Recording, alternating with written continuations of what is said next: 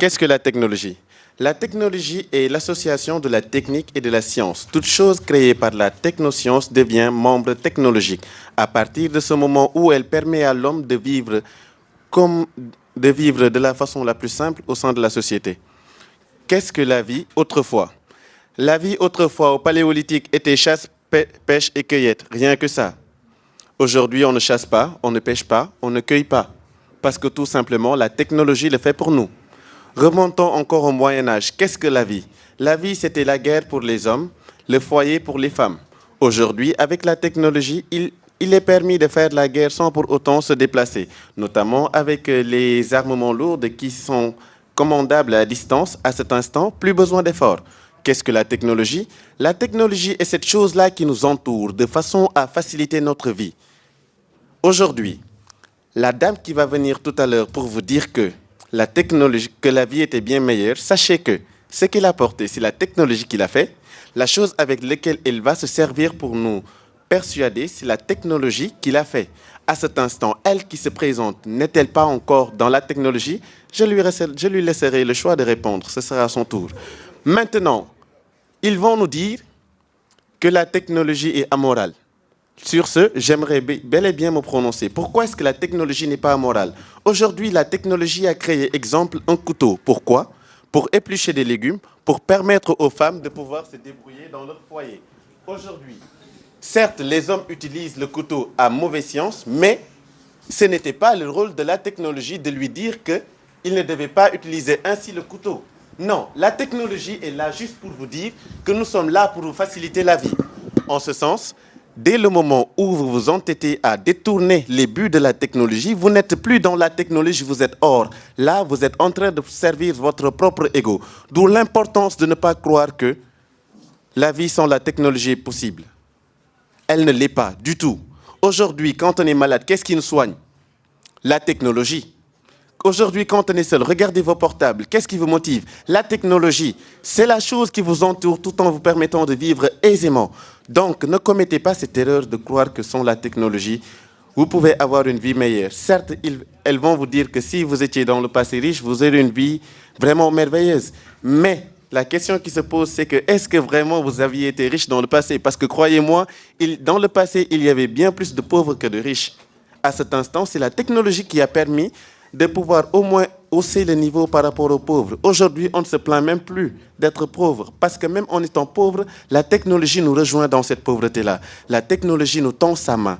À cet instant, il devient fort probable de comprendre que la vie sans la technologie, c'est vraiment, que l'on me le pardonne, mais c'est vraiment l'enfer. Sur ce, je pense que je vais laisser la parole à ma co-débattrice, venir exposer ses idées et espérer nous faire croire que la technologie n'est pas utile tout en sachant qu'elle le fait avec la technologie. Merci. Mesdames et messieurs, d'une planète vieille où la vie était sans réseaux sociaux, sans outils de communication, sans médecine moderne, sans moyens de transport, à un village planétaire où la vie a évolué avec jusqu'aux nouvelles technologies de l'information et de la communication. De la même manière qu'il existe plus de 7 milliards d'êtres humains répartis dans des continents, des pays et des régions, il existe une multitude de manières de voir le monde, d'en faire son analogie.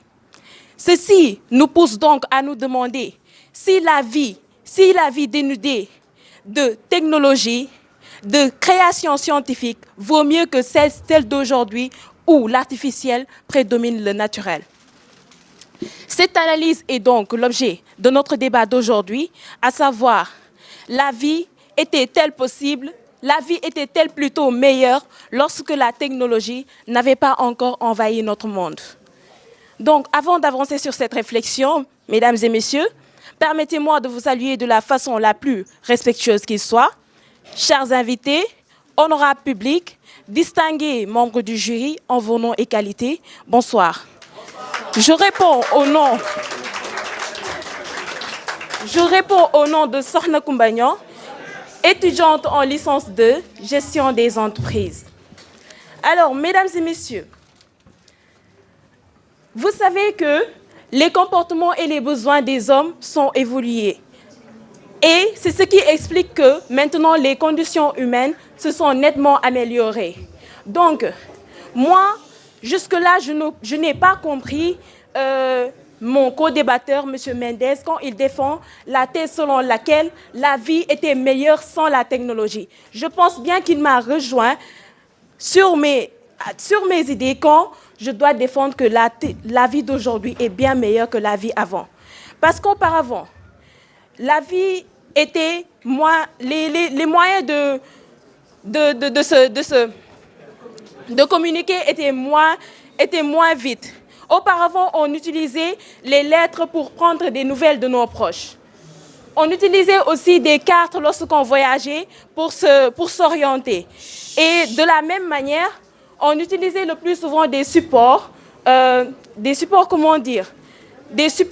écrits, comme par exemple des honoraires de bus ou de train imprimés, ou encore des magazines en tout genre, en oubliant plutôt les sites internet. Aussi, auparavant, pour connaître l'heure, on se référait au soleil. Mais avec l'évolution du monde, nous avons au moins pu se baser sur les horloges publiques. Et maintenant, de nos jours, chacun d'entre nous ici a la possibilité d'avoir une montre pour vérifier l'heure. Aussi, quand je reviens concernant la communication s'est beaucoup améliorée dans des entreprises. Par exemple, beaucoup d'entreprises utilisent certaines technologies de communication pour modifier la façon dont leurs ingénieurs partagent ou communiquent ou interagissent dans leur boulot. Et avec des sites comme... avec des applications comme les comptes mail et tout, nous parvenons à échanger des informations comme les projets, les rapports dans l'Internet. De nos jours, avec la médecine, pour les handicapés, on a pu fabriquer des prothèses pour permettre à ces handicapés de pouvoir au moins tenir debout. Aujourd'hui, des exosquelettes sont créés pour permettre à ces personnes de remarcher. Donc, quand M. Jean-Daniel Mendes justifie ses réponses pour dire que la technologie est bien meilleure, et la technologie aujourd'hui occupe une place primordiale dans notre vie en société, eh bien, je pense qu'il m'a bien rejoint dans mes propos. On se permet de dire que la technologie est cette chose qui nous entoure. Est-ce qu'on a vraiment besoin d'être entouré de la technologie pour vivre? Je vais y répondre. Tout simplement non. Vous savez pourquoi? Parce que la technologie se nourrit d'énergie. Cette énergie-là est tirée de la nature. La nature a des énergies renouvelables, c'est vrai. Mais la technologie en abuse de telle sorte que sa consommation devient chaque année de plus en plus excessive. En ce sens, nous sommes en train d'épuiser la Terre. La Terre est déjà condamnée. Vous le saviez? Tout cela parce que l'homme est assez paresseux à ce point d'utiliser la technologie à des mauvaises fins. Serions-nous aujourd'hui là s'il n'y avait pas de voiture? Beaucoup me diraient non, moi je vous dirais oui, parce que si on avait marché, on serait là. Aujourd'hui, les voitures en fonctionnant normalement produisent ce que l'on appelle un gaz à effet de serre qui détruit la couche d'ozone. Et malheureusement, c'est la couche d'ozone qui nous empêche les ultraviolets. Une fois cette couche détruite, nous serons tous, autant que nous sommes exposés à des radiations. Nous ne serions pas en mesure de lutter. C'est tout simplement la disparition de la vie sur Terre. Tout cela parce que l'homme est assez paresseux pour se cacher derrière la technologie. Serions-nous aujourd'hui assez immatures, assez bêtes pour se cacher derrière les méfaits de la technologie? Non, il ne le faudrait pas. La technologie a des progrès, la technologie a fait beaucoup de choses, la technologie accomplit des merveilles, mais à quel prix? Parce que s'il faut vivre dans la paresse et condamner toute la Terre à son extinction, je pense qu'il serait mieux que l'on se remette encore en cause, que l'on accepte nous-mêmes de travailler pour garantir la survie de la Terre. Parce que là, c'est un problème qui nous tue à petit feu. Et le pire, c'est que la plupart, quand on défend ces propos, on a l'impression que la technologie est la chose la plus parfaite. Alors, permettez-moi de citer Saint Paul, un des apôtres de Jésus-Christ. Je cite, « La science a fait de nous des dieux avant que nous n'ayons mérité d'être des hommes. » Ce que cela veut dire, c'est qu'aujourd'hui, nous avons le devoir de créer parce que tout simplement, nous ne voulons pas bouger. Et que nous créons cette machine-là pour qu'elle fasse les efforts que nous étions censés fournir. Mais à quel prix? Parce que ce sont ces machines-là qui consomment aujourd'hui la Terre. Ce sont ces machines-là qui aujourd'hui pulvérisent notre planète. Et une fois, ce sont ces machines-là qui condamneront notre planète. Et une fois que la Terre explosera, nous vivrons où? La technologie nous le donnera. J'en doute fort. Comme dernier mot, ils seront tous là à vous dire que la technologie a accompli des merveilles. Et nous ne le nions pas. Mais si ces merveilles doivent être accomplies au prix de la vie de la Terre, je pense que la réflexion s'impose. Et sur ce sens, je pense que beaucoup seraient d'accord avec moi. Et je dirais même tout le monde serait d'accord avec moi. Sur ce, je vous remercie.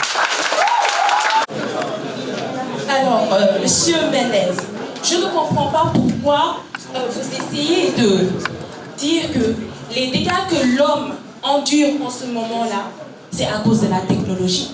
Parce que quand la technologie a évolué, quand l'homme a pensé à inventer, quand l'homme a pensé à innover, c'est pas parce que nous voulons en fait nuire le monde, nuire la société, nuire la terre. La technologie aujourd'hui, il dit que avec c'est possible de marcher sans les moyens de transport. Monsieur Mendes, est-ce que tu peux quitter ici pour aller en France à pied? Oui. Tu peux bien le faire. Oui, d'accord. Est-ce que, charmante public, est-ce que c'est possible de quitter le Sénégal pour aller en France? Malgré le fait que la technologie peut engendrer des conséquences, c'est-à-dire un avion peut bien avoir des, comment dire, peut vraiment décoller, peut faire un crash. Voilà, merci. Donc, les humains ont programmé, les humains ne font pas des choses en fait sans pas penser à ce qui peut se passer. Il y a toujours quelque chose qui prouve que la technologie aujourd'hui, eh bien, la vie avec technologie aujourd'hui nous a beaucoup aidé. Par exemple, Monsieur Mendes, aujourd'hui, quand tu souffres de la maladie cardiaque, peut-être pas en Afrique, mais en Europe ou aux États-Unis, c'est possible de soigner cette maladie. C'est même possible d'échanger les cœurs. Aujourd'hui, un handicapé qui vient, qui a des problèmes pour marcher, qui est complexé parce qu'il ne peut pas se lever pour marcher, il y a les exosquelettes qui lui permettent de remarcher. Alors, Monsieur Mendes, tu vas me dire que la technologie détruit l'être humain? Non, je ne suis pas d'accord. Je ne suis pas d'accord. L'importance de la technologie de nos jours. Aujourd'hui, tout à l'heure, vous avez dit que la technologie a bien créé beaucoup de choses que nous, aujourd'hui, on utilise et qui nous font à merveille. C'est parce que la technologie, du moment où l'homme a inventé ou a innové ou a pensé à une création scientifique, c'est parce que réellement, c'est important pour l'être humain. Aujourd'hui, auparavant, quand on utilisait des livres, des encyclopédies de combien de pages pour réussir, pour avoir de la connaissance, en un clic sur le net, tu parviens à avoir toutes les informations. Aujourd'hui, il y a même une université virtuelle au Sénégal qui permet à l'homme d'acquérir plusieurs connaissances. Vous n'avez pas besoin d'aller à l'université Cheikh Anta Diop pour être un leader, pour être meilleur. Non. Il y a la technologie qui nous permet, par exemple, dans les entreprises, quand je prends l'exemple de comptable, auparavant, un comptable prenait son cahier pour établir son journal et tout. Aujourd'hui, avec des applications comme Oracle, des logiciels plutôt comme Oracle, ou Sari Compta, ou encore Sari Pay pour les personnes qui font ressources humaines, aujourd'hui, c'est bien meilleur que la vie hier. Auparavant, vous venez, vous avez votre cahier, vous êtes en train d'écrire, d'établir, de relayer toute la journée. Aujourd'hui, M. Mendes, je vais prendre l'exemple sur toi. Vous ne pouvez pas vous débarrasser de votre téléphone. Aujourd'hui, M. Mendes, quand vous voyez M. Mendes tout le temps, il est avec son téléphone, avec les jeux vidéo. Est-ce qu'auparavant, il y avait les jeux vidéo pour te distraire ou Monsieur Mendes, il y a aussi autre chose. Un jour, si je peux bien me permettre, un jour, on était assis. Je vous disais, mais M. Mendes,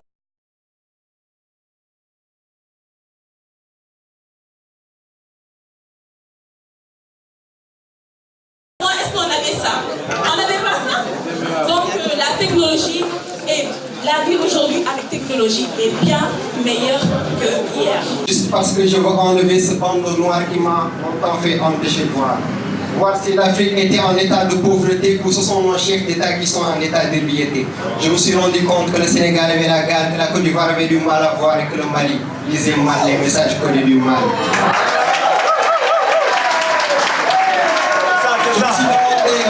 Et je me suis demandé quand est-ce que le Libéria se libérera de sa pauvreté et si l'indépendance de la Guinée était mornée. Et dommage que l'Ebola et le choléra étaient beaucoup mieux unis que nos chefs d'État. Pour faire des millions de morts, là où nos dirigeants demeurent en total désaccord.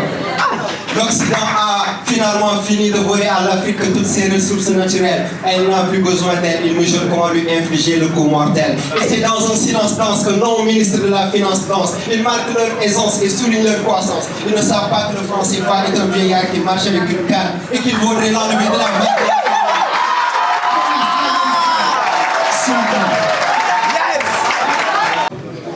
La technologie est-elle nuisible ou elle ne l'est pas? Moi, je pense que ce n'est pas la technologie en soi qui est nuisible, c'est la manière de l'utiliser qui pourrait l'être. Bien. Alors, le match qui opposait Sorna Koumagnon et Daniel Mendes. Il n'y a pas de gagnant, malheureusement. Non, je plains. Donc, je vais commencer par appeler le quatrième, c'est-à-dire celui qui a totalisé le plus petit nombre de points. Fausse modestie, je le savais. Donc, s'il vous plaît. Donc, nous avons un total de 53,5 sur 100. Note de Sorna Koumagnon.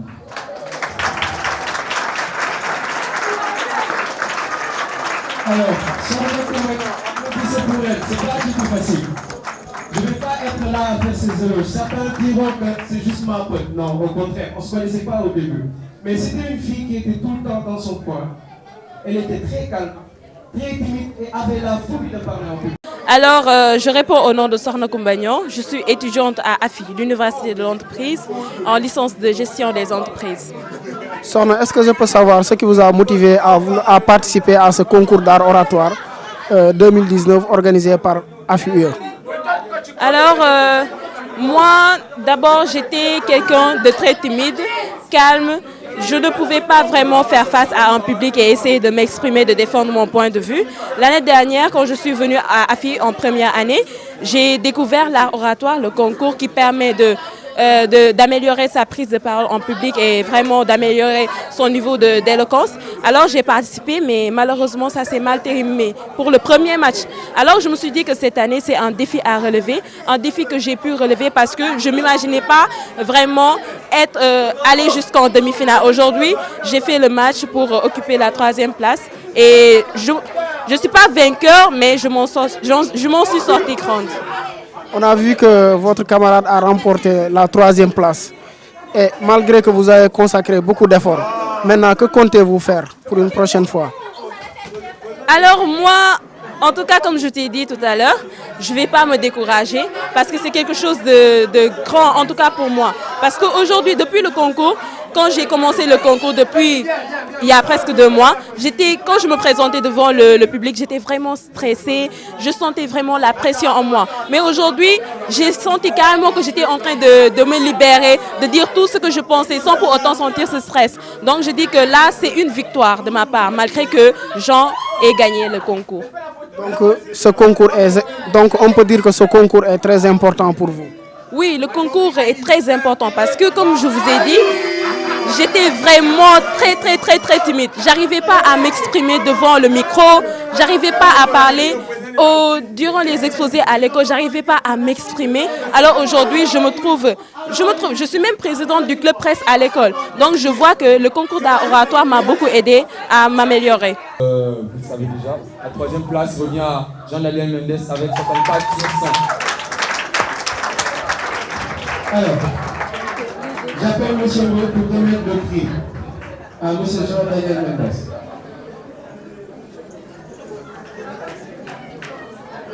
Maximum de bruit d'ailleurs.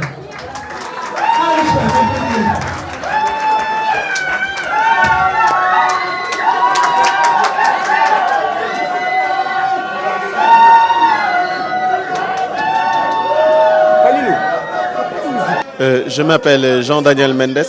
Je suis étudiant à AFIL-UE en management des affaires internationales en licence 1. Monsieur Mendes, est-ce qu'on peut savoir qu'est-ce qui vous a motivé à participer à ce concours d'art oratoire?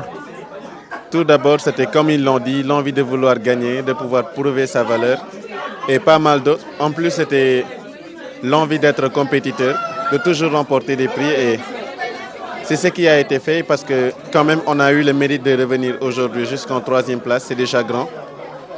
Aujourd'hui, vous avez remporté la 3e place. Je peux savoir, qu'est-ce que vous ressentez? Beaucoup de joie, une grande fierté quand je repense à tout ce que j'ai vécu. Parce qu'il faut le dire, tout ce que j'ai vécu durant la compétition, tant dans l'école qu'à la maison, ça m'a beaucoup changé. Aujourd'hui, je ne regarde plus les prix, je regarde le prix de la compétition. Je regarde tout ce que cela apporte à mon caractère personnel et c'est déjà bien pour moi. Je m'appelle Amidou Bayo, je suis président de l'amicale des étudiants d'AFIL-UE, en même temps ancien président du club leadership et fondateur. Amidou, je veux savoir, qu'est-ce qui vous a poussé à mettre en place ce concours art oratoire? En fait, ce qui nous a poussé, c'est qu'on venait d'arriver dans la vie universitaire. Donc on avait besoin des moyens pour nous affirmer. Donc à travers un club, on s'est dit pourquoi ne pas s'affirmer. Comme on dit, un leader doit s'affirmer. Donc on a jugé nécessaire de créer le club leadership. Maintenant, après avoir créé le club leadership, il faut des voies et moyens qui vont aider les gens à développer ces capacités-là ou ce leadership qui doit en nous. C'est dans ce sens, avec l'équipe, qu'on a mis en place l'art oratoire qui aujourd'hui montre ses œuvres.